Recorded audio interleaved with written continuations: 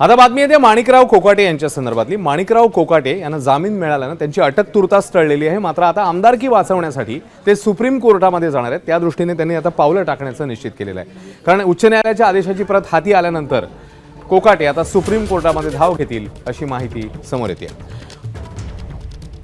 बनावट कागदपत्रांच्या आधारे शासकीय संदर्भिकांचा लाभ घेतल्याप्रकरणी कोकाटे चांगलेच अडचणीत आहेत। उच्च न्यायालयाने कोकाटेंना जामीन दिला, त्यामुळे अटक टळली आहे। मात्र कोकाटेंच्या दोषसिद्धीला स्थगिती द्यायला उच्च न्यायालयाने नकार दिलाय, त्यामुळे आमदारकीवर टांगती तलवार।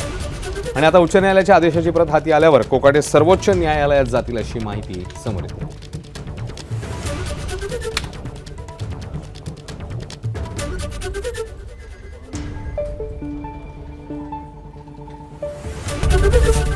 एबीपी माझा, उघडा डोळे बघा नीट।